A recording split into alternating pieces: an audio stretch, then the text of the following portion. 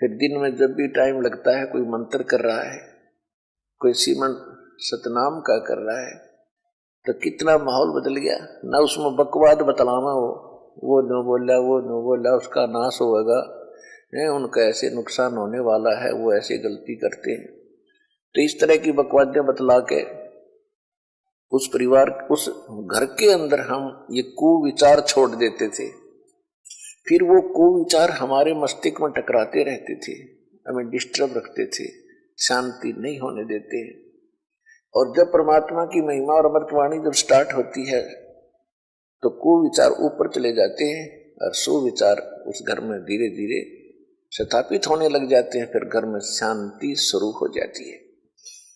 ये तरीका है। अब कहीं भी परमात्मा की चर्चा नहीं। सुबह उठते या तो न्यूज़पेपर पढ़ देंगे जिनमें कोरी झूठ बकवाद भर रखी होती है, समाचार पत्र, या टीवी चलाएंगे समाचार सुन लेते हैं, सारे दिन बकवाद गड़े, या फिर फिल्म देखेंगे। तो जब तक प्राणी के पूर्व जन्म के शुभ संस्कार चलते हैं तब तक वो कुछ भी करता रहे, और सपने में भी भगवान याद ना करो उसको सारे सुख मिल रहे होते हैं। तो संसार ये देखता रहता है, भगत भी डिस्टर्ब हो जाते हैं कि हम भक्ति भी कर रहे हैं, हमें आपत्तियों का फिर भी कोई ना कोई सामना करना पड़ जाता है, और दूसरा व्यक्ति सारा दिन बकवाद करते हैं, शराब पीते हैं, ताश खेलते हैं, राजनीति में बड़े रहते हैं, और कोई भी बुरे काम की कोई टाल नहीं उनके, और वो फिर भी सुखी है। तो इसको देखकर विचलित ना होना, परमात्मा के बताए इस पॉइंटों को, बिंदुओं को ध्यान से सोचना। कहते वो पिछले जन्म के पुण्यकर्मी प्राणी हैं, और जब तक उनके पुण्य चलेंगे वो कितने को वध करो उनको कोई हानि होने वाली नहीं है। और जब उनके पुण्य समाप्त होंगे फिर पाप कर्मों का दौर शुरू होगा। फिर देखना उनके घर में के कैर टूटेंगे। और आप के ऊपर भक्ति करते करते भी दिक्कत आ रही है, तो अगर भक्ति ना करते तो आपका तो सर्वनाश हो जाना था। विचार कीजिए, जैसे आप जी ने सर्दी के मौसम में कंबल ले रखा है या स्वेटर पहन रखी है और सर्दी फिर भी लग रही है, तो ये ना सोचना कि आप उस स्वेटर ने आपका बचाव नहीं कर रखा। अब जैसे यहाँ भक्त कई कहते हैं जी हमने पाठ भी करवा लिया, जोत भी बोल दी, चौथी हाजिरी भी लग गई, अभी तक हमें कोई विशेष लाभ नहीं हो पा रहा। ये तो हो ही नहीं सकता कि जब आप इतना कर्म कर रहे हो भक्ति का तो कोई लाभ ना हो। ये तो आपकी अनजान सोच है, बालक बुद्धि है। अब जैसे सर्दी का मौसम है, किसी ने स्वेटर पहन ली और फिर भी उसको सर्दी लग रही है, तो ये ना सोचना कि स्वेटर ने अपना काम ना कर रखा। स्वेटर अपना काम कर रही है, लेकिन सर्दी अधिक है तो उसके लिए जर्सी और पहन ले ऊपर के, और उसके बाद भी सर्दी महसूस हो रही है तो कंबल ओढ़ ले। यानी ये नहीं है कि ये कहना कि मैंने जर्सी भी पहन ली फिर भी सर्दी का लग रही हाथ पैरों को। तो ये तो अनजान व्यक्ति कहेगा जिसने इस प्रोसेस का पता नहीं, भगवान के मार्ग का ज्ञान नहीं। तो जो आप पुण्य कर रहे हो और विधिवत कर रहे हो, पूरी विधि यहां पर प्राप्त है। गुरु जी के बिना दान करना व्यर्थ है। आप जी को सतगुरु मिले, आप जी को विधि मिली है, आपको पूर्ण परमात्मा मिला है, पूर्ण परमात्मा का मार्ग मिला, सत भक्ति मिली है, और फिर आप साधना सही कर रहे हो, तो आप ये ना सोचना कि आपको लाभ नहीं हो रहा। आपके पाप कर्मों की सर्दी घनी है, और ये करते करते भी कहीं ना कहीं से थोड़ी बहुत ठंड महसूस हो रही है। यदि ये ना कर रहे होते तो नमूनिया होकर मर जाते, ये समझ लेना। तो इस तरह आप जी ने अपने इस भक्ति सफर को डिस्टर्ब नहीं होने देना, जो मार्ग बता दिया इस पर चलते रहना, घर पहुंच जाओगे, सारे सुख होंगे, यानी अपने सतलोक चले जाओगे और यहां भी राहत बहुत मिलेगी। तो इसी प्रकार जो ऐसा कहते हैं वो बालक है,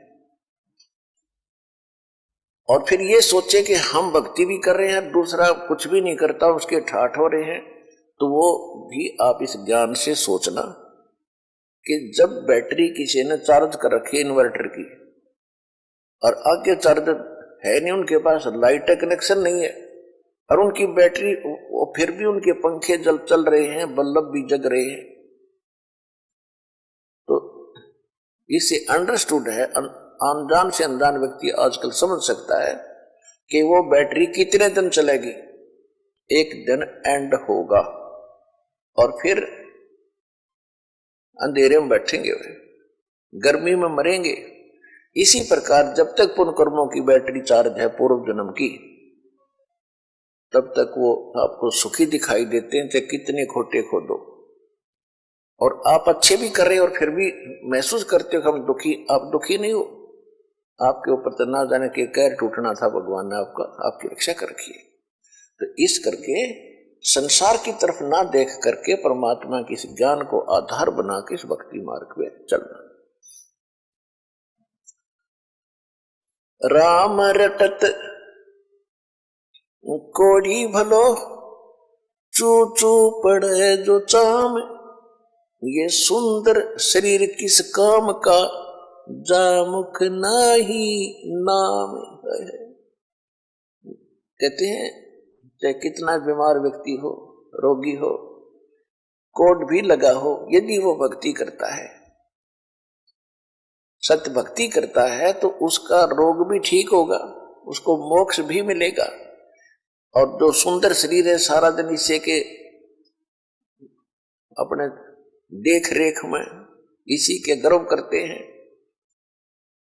और भक्ति करते नहीं, कहते वो सुंदर शरीर किस काम का, जा मुख नाही नाम। फिर कहते राम रटत कन्या भली, और साकट भलो न पूत, बकरी के गल में गलथड़ा, जिसमें दूध न मूत। क्योंकि हमारे समाज में पुत्र को ज्यादा महत्व दिया जाता रहा है बिना ज्ञान के। वैसे पुत्र और पुत्री में हमें कोई भेद नहीं होना चाहिए,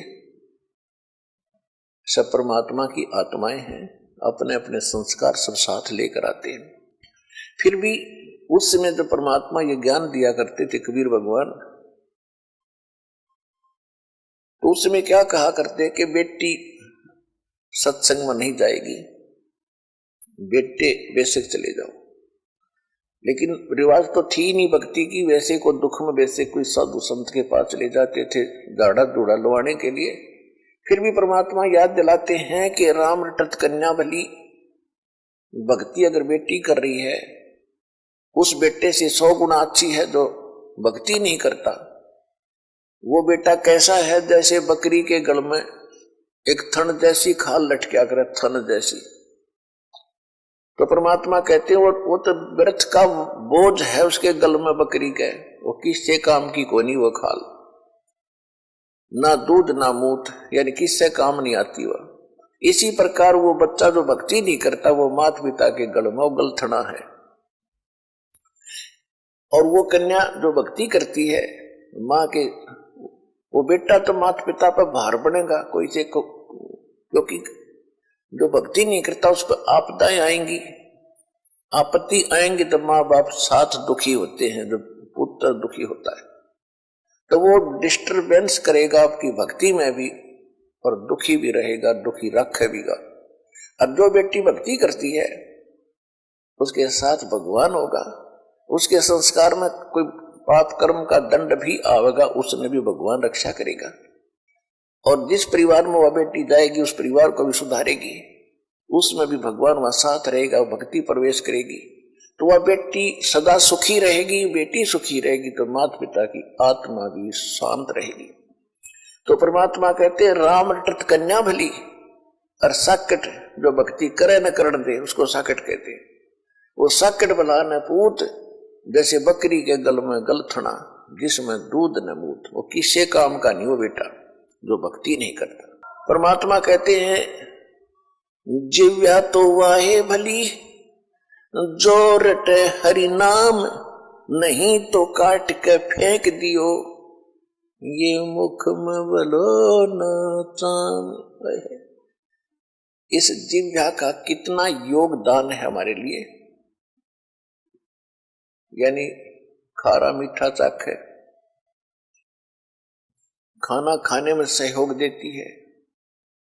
तो परमात्मा कहते हैं यदि इस जुबान से, इस जिह्वा से परमात्मा का नाम और परमात्मा की महिमा नहीं बोली जाती तो इससे अच्छा तो इसने निकाल कर काट कर फेंक दे, वो बढ़िया। क्योंकि मुख को सबसे पवित्र अंग माना जाता है और ऐसे पवित्र अंग में कहते इस चाम की कति जरूरत नहीं जीभ की।